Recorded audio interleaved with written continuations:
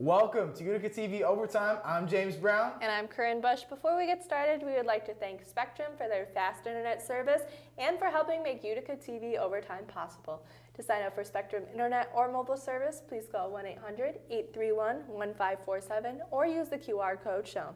Tell them UticaTV sent you. Now let's get into the action. The Utica Pioneers women's lacrosse team took on the SUNY Canton Kangaroos last Wednesday at 4 p.m. at Charles A. Gaetano Stadium in front of the home crowd. The first quarter saw a relatively even game as Canton and Utica traded goals back and forth. Thanks to goals from Grace Stuhlman, Alyssa Drell, and Abigail Gerling, Utica found themselves up 3-2 going into the second. The second saw Utica tack on 3 more goals, all coming from the stick of Maria Stuhlman, who managed to get a hat trick in the second quarter alone. The Pioneers took a 6-3 lead into the break. Utica dominated the third quarter, scoring 5 goals to the Kangaroos 0. The Pioneers were able to put 4 past the Canton goalie in the fourth and comfortably won their 7th straight game 15-4. Maria and Grace Stuhlman led the Pioneers with 4 goals apiece and 3 assists combined as they showed out in this one. The Utica Pioneers softball team went up against the SUNY Morrisville Mustangs on Friday, March 29th, in a doubleheader that saw the Pioneers put up 50 runs in just 2 shortened games combined. In Game 1, the Pioneers immediately flipped the game on its head by scoring 7 runs in the first inning against the Morrisville pitcher. After a couple of runs in the second and third inning for the Pioneers, the fourth inning is where the Pioneers did major damage by scoring 8 more runs as they blew the lead open. The Pioneers went on to win Game 1 by a score of 20-4. Cassidy Dorian and Kylie Murray were the stars in this one for Utica, as Cassidy had 4 runs and 3 RBIs in her 2 at-bats, and Kylie earned her 2nd win of the year as she went 4 innings with 6 strikeouts. In Game 2, the Pioneers put up 4 runs in the first, thanks to some good offense, but that was nothing compared to the second inning for Utica, as they put up 21 runs in the second. This inning saw an offensive display that we have not seen before from the Pioneers, including Jennifer Rodriguez hitting not 1, but 2 grand slams in the inning. And an incredible inning of offense from the Pioneers in this one, as they would score 5 more runs in the rest of the game, and it would end via mercy rule in the 5th by a score of 3-0. The Utica Pioneers baseball team took on St. John Fisher in a game on Friday, March 29th, and then followed it up with a doubleheader against them as well on Saturday the 30th. We'll start with Friday's game, where the Pioneers and the Cardinals had a couple of solid innings from their starting pitchers, as only 1 hit was allowed through 2.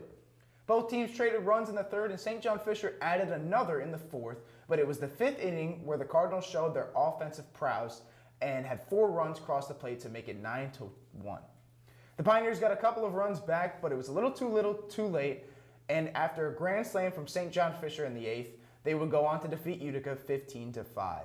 Game 1 of the doubleheader was all Cardinals from the start, with St. John Fisher scoring 15 runs in the first 3 innings of the game. The Pioneers were able to get a run in the third thanks to Matthew Kanyuk.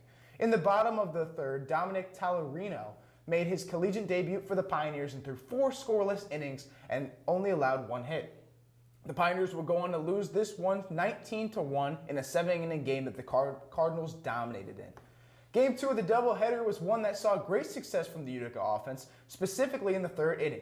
Starting pitcher Cody Sternostek pitched well as he went 5 innings and only gave up 4 runs, and only 3 of them earned. In the 3rd inning, the Pioneers put up 5 runs on the back of some solid hitting. The Cardinals would respond in the 4th and the 5th innings, and by the 7th, Utica was ahead 7-5. Unfortunately, the Cardinals would get some clutch hits in the 8th inning and would eventually tack on 5 more in the top of the 9th to defeat the Pioneers 13-7. On Saturday, March 30th, the women's lacrosse team would host Utica College for their annual senior day at Gaetano Stadium. With a large group of seniors, the Pioneers had much to celebrate prior to the contest. Opening up the game, Maria Stuhlman would get things started quick as scored just 39 seconds in to give the Pioneers an early lead. Back-to-back goals from Carrie Carr would show that Utica was not messing around in this one. 6 more Pioneers would score in the first quarter alone and have a 10-0 lead entering the second quarter of play. Alexis Altieri kept the Utica goal scoring going as she ripped a shot past the Wolves goalie, and the lead is now 11. 4 more Pioneers would find the back of the net in the second, and that would end up giving Utica a 15-0 lead going into the break. The second half kicked off with a goal from Samantha DeCondo on her senior day, and the Pioneers would dominate the rest of this contest. The final score would be 21-0 in what was an incredible win for the Pioneers on their senior day. The Utica Pioneers men's and women's track and field teams competed in the Hamilton College Continental Spring Invite on Saturday, March 30th. There were plenty of impressive performances over the weekend, and the first one of the day was Jane Fay, who placed first in the shot put with a throw of 14.32 meters. The women's team also took the top 3 spots in the triple jump with Alyssa Youngs, Sophia Bruce, and Zanaya Goldston rounding up the top 3. Now in the discus throw, Ali Kari and Faye took the top 2 spots, with Kari finishing the event with a throw that traveled 39.27 meters. For the men's team, we start with Caden McCaskill, who took first place in the high jump with a 1.96 meter jump, a personal best and 4th highest all time. Antoine Kelly and Hunter Logan took first place in the discus and shot put events respectively, as Billy Mays II was right behind Logan in second place. Finally, Bennett Mailita broke the university record in the 5,000 meter by 12 seconds with a time of 15 minutes and 13 seconds as he placed second overall in the event. Now let's look ahead to next week. The men's and women's track and field teams will be competing at the Utica University Pioneers Spring Invite on Friday, April 5th and Saturday, April 6th at the throwing and jumping facility and on Laura M. Casamento Field.